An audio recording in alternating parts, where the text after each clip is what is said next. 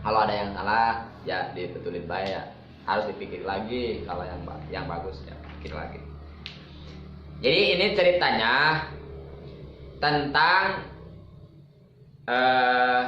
jalan untuk menuju menuju menjadi wali gitu ya, menjadi wali Allah, bukan menjadi wali setan ya. Nah, kalau menjadi wali setan kok pekerjaannya tuh kayak setan ya. Terus ada yang menyebutkan bahwa kita tuh sama setan tuh harus berteman, jangan dijadikan musuh. Karena katanya Siti Robiah Al-Adawiyah tidak mau setan itu dijadikan musuh, katanya. Gitu. Kenapa? Karena setan juga sama ciptaan Allah, gitu. Cuma beda tugas saja, gitu ya. Nah, sementara zaman sekarang tuh katanya manusia teh udah kayak setan semua. Apa kayak setan semua? Susah untuk mengerjakan kewajiban tuh. Susah, udah kayak setan gitu. Jadi harus berteman gitu. Biarin gitu sama setan juga berteman. Yang penting kita mah tetap ada di dalam jalur kebenaran. Jangan ada di dalam jalur yang salah seperti setan itu gitu ya. Itu wah, manusia udah kayak setan tuh banyak kan gitu ya. Ada yang bagian judinya, ada yang kalau ngomong di sini mah baik, di sini mah di belakang jelek gitu ya. Di hadapan orang wah manis omongannya tuh, ceplak aduh enak manis. Di belakang mah wah kewajibannya tuh banyak yang ditinggalkan. Baik kewajiban dari omongan harus yang sesuai fakta itu susah dikerjakan. Kalau di belakang mah gitu. Banyak orang-orang kayang-kayang konon tuh.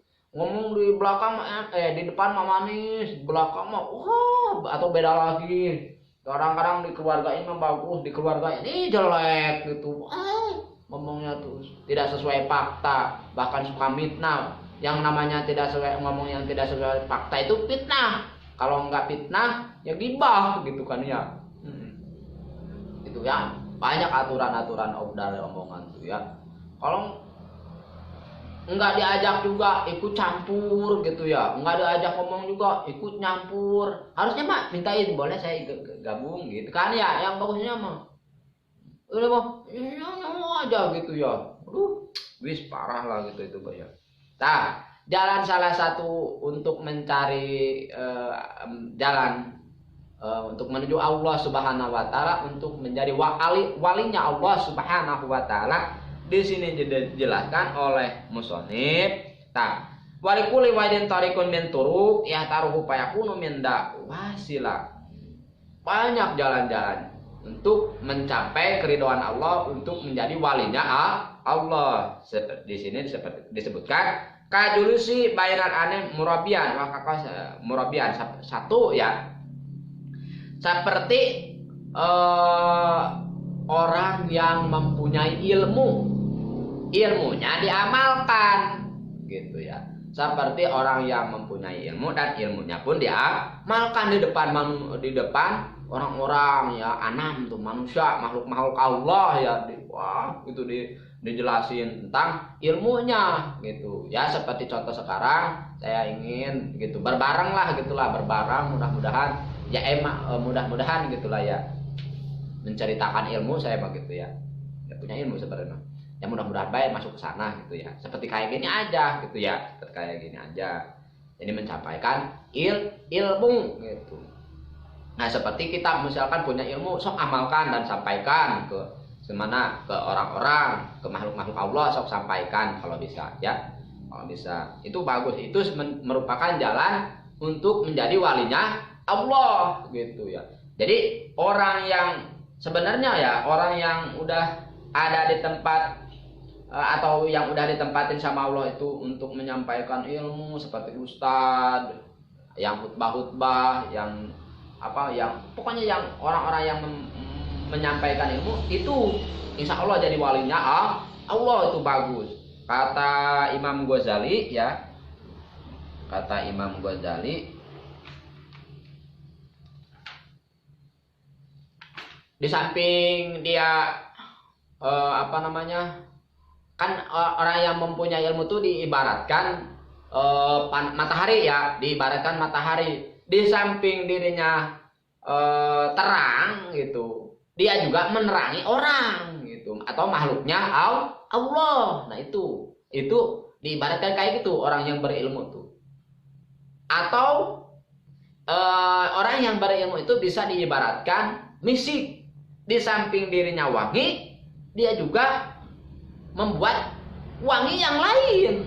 Nah itu orang yang berilmu itu seperti itu. Di samping dirinya berilmu, dia juga memberi ilmu kepada orang lain. Di samping dirinya tahu, dia juga memberikan tahu kepada orang lain gitu. Nah itu orang yang orang yang mempunyai ilmu gitu. Orang yang mempunyai ilmu sok sebakan, bagus sok udah di situ ya. Aja sampai kita tuh udah bagus di hadapan Allah, bahkan di hadapan malaikat itu ya, dia tuh mana keterangannya tuh,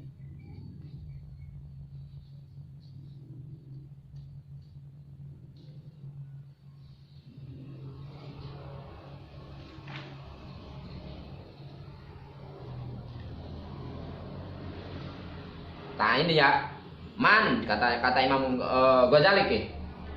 Qala al Imam Al Ghazali radhiyallahu an, man alima wa amila wa alima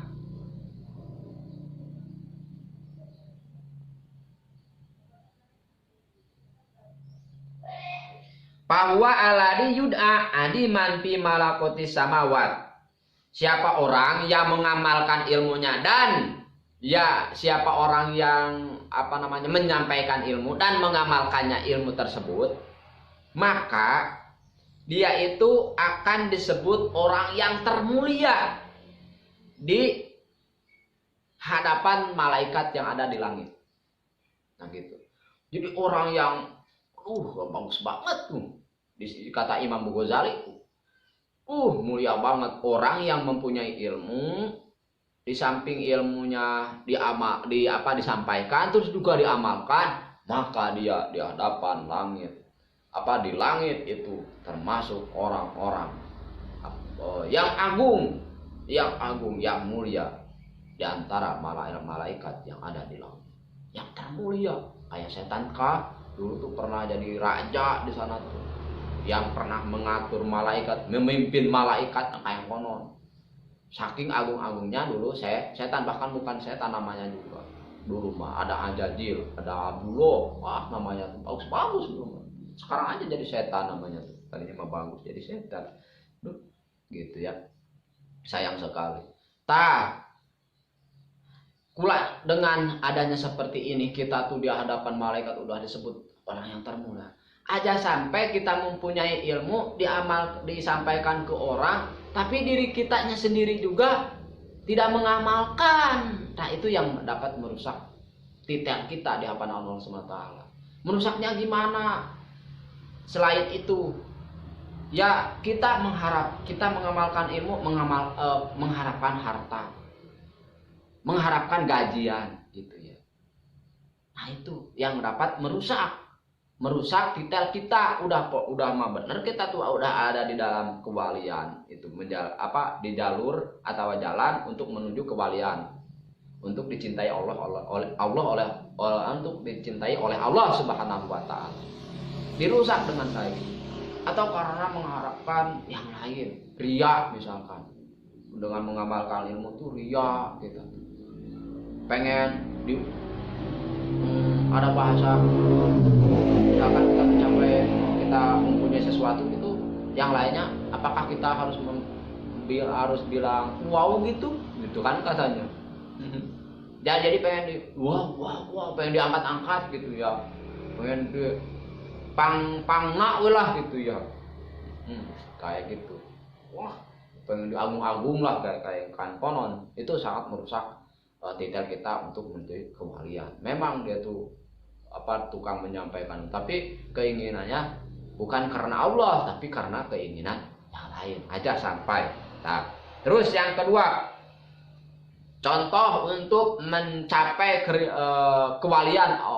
kewalian Allah, untuk menjadi seorang yang dicintai oleh Allah Subhanahu wa taala. Nomor kedua, wa kahidmatil linnas wal hamli hatab bi tasadduqin bi muhasalin mutamawila. Oh, yaitu bukannya itu. Yang tiga itu mah. Yang kedua mah wa kasratil aurad kasaumis shalah. Jalan untuk mencapai kewalian selain dari orang yang mempunyai ilmu dan mengamalkannya, yaitu yang kedua adalah orang yang memperbanyak sholat, memperbanyak wiridan. Sholat aja, sholatnya sholat sunat, bukan sholat isya ditambah lagi jadi 5, misalkan sholat isya misalnya 4 jadi 5, bukan maksudnya. Yang ditambahnya itu sholat sunatnya. Sholat sunat baik kayak Kanjeng Nabi Muhammad SAW diketerangkan bahwa karena Nabi Muhammad SAW itu selalu sholat sehingga kakinya bengkak, dalam arti banyak sholatnya gitu. Nabi Muhammad SAW sholat sunahnya banyak kayak konon jalan untuk menuju kepada Allah Subhanahu wa taala gitu ya, seperti wiridan. Seperti apalagi terus memperbanyak wiridan aja. Astaghfirullahaladzim li wa li walidayya wa li ashabil huquqil wajibati alayya wa li masyayikhina wa li ikhwanina wa li qarabatina wa li jami'il muslimina wal muslimat wal mu'minina wal mu'minat alayya minhum wal amwat wa atubu ilaih, dan seterusnya. La ilaha illallah wahdahu la syarikalah lahul mulku wa lahul hamdu yuhyi wa yumiitu wa huwa ala kulli syai'in qadir, dan seterusnya. Ilayya rabbi anta maulana subhanallah subhanallah subhanallah subhanallah ta'wiridan subhanallah wa bihamdi daiman abada alhamdulillah alhamdulillah alhamdulillah alhamdulillah alhamdulillah alhamdulillah alhamdulillah. Pakai ini ya biasa 1000 ya dihitung 1000. Alhamdulillahirabbil alamin ala kulli halin matin. Allahu akbar Allahu akbar Allahu akbar Allahu akbar Allahu akbar Allahu akbar Allahu akbar. Cuma Allah yang besar, yang lain mah kecil gitu ya. Cuma minta Allah. Allahu akbar Allahu akbar Allahu akbar Allahu akbar kabira walhamdulillahi katsira wa subhanallahi bukratan wa asila. La ilaha illallah wahdahu la syarika lahu lahul mulku wa lahul hamdu yuhyi wa yumiitu wa huwa ala kulli syai'in qadir. La haula wa la quwwata illa billahil aliyyil azim. Astaghfirullah astaghfirullah astaghfirullah astaghfirullah astaghfirullah astaghfirullah. Terus dan seterusnya wiridan ke Allah Subhanahu wa taala. Itu merupakan jalan untuk menuju ke Allah Subhanahu wa taala. Lanjut yang sering melakukannya, lanjut dan istiqomahlah gitu. Kun tolibal istiqomah wala takun tolibal karomah. Janganlah kalian ingin mencari yang kayak di TV-TV, kuat dipenggal, kuat ditebas, kuat diiris aja kayak mana mah ngapain? Astagfirullah, istighfar. Ngapain, untuk apa kayak gitu? Kalau ingin kita pengen hal-hal seperti itu, bahkan lebih dari itu, pengen berjalan di atas langit, di atas misalkan ya, di atas air, di atas apalah sebagai dari segala macam. So, jangan yang lain jalannya melainkan dengan istighfar kepada Allah Subhanahu wa taala. Banyak wiridan, banyak sholat, insya Allah sesuai dengan keterangan kun tolibal istiqomah wala takun tolibal karomah. Sok kita istiqomah dalam kebaikan, insya Allah apa yang kita inginkan akan diberikan oleh Allah Subhanahu wa taala. Bahkan hal-hal seperti itu tidak akan kita inginkan, melainkan hanya ingin dekat kepada Allah Subhanahu wa taala. Dicontohkan, karena banyak yang dicontohkan kepada para laki, sekarang kita contohkan kepada perempuan yang terbaik, yang dijadikan wali oleh Allah Subhanahu wa taala, yaitu Siti Robiah Al-Adawiyah. Siti Robiah Al-Adawiyah itu orang baik, Bang. Walinya Allah Subhanahu wa taala. Dia di saat mempunyai seorang suami, dia menghidmatkan diri untuk suaminya, sehingga suatu ketika pada suatu malam dia selalu menawarkan diri, bertanya kepada suaminya, "Gimana, Kang? Apakah Akang ada perlu kepada saya?" Kalau seumpamanya suaminya menjawab tidak, maka Siti Robiah Al-Adawiyah akan mengganti bajunya yang tadinya baju untuk tidur diganti dengan baju khusus untuk ibadah kepada Allah Subhanahu wa taala, sehingga Siti Robiah di situ melakukan sholat dan wiridan. Tidak mau ngobrol, tidak. Siti Robiah Al-Adawiyah mah tidak banyak lah, paling seperlunya aja maksudnya makanya. Enggak seperti kita ngobrol banyak ngomong. Wah, apa aja ditanyakan. Kemana ini ya, ke itu dia. Padahal barang sendiri, cari sendiri. Ini mah, waduh itu banyak kerjaan saya. Dikerjain enggak, cuma diomongin. Apaan kayak gitu? So, gitu. Langsung kalau udah beres kerjakan yang lain. Wiridan terutama kepada Allah Subhanahu wa taala, banyak istighfar kepada Allah Subhanahu wa taala, bukan banyak menceritakan orang lain. Bukan menceritakan kejelekan orang lain. Itu Siti Robiah Al-Adawiyah itu seperti itu kerjaan. Misalkan bertanya lagi, misalkan, apakah ada perlu kepada saya? Misalkan suaminya perlu.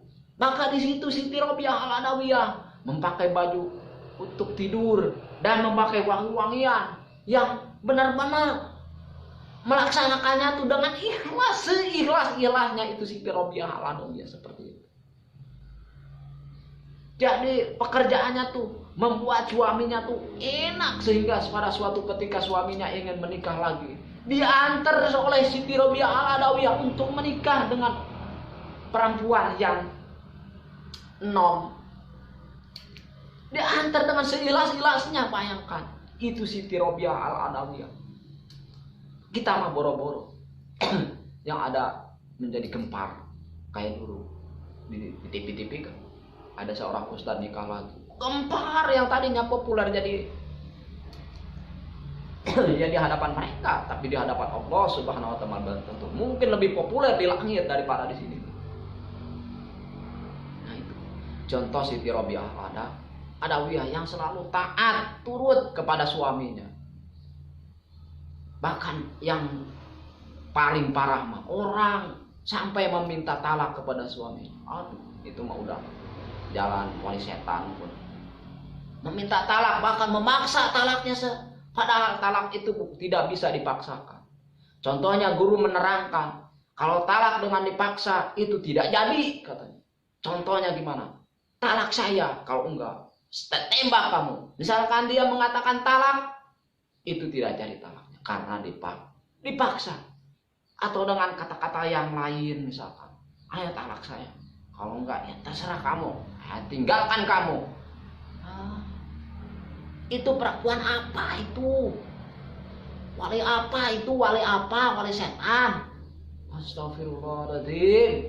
Astagfirullah.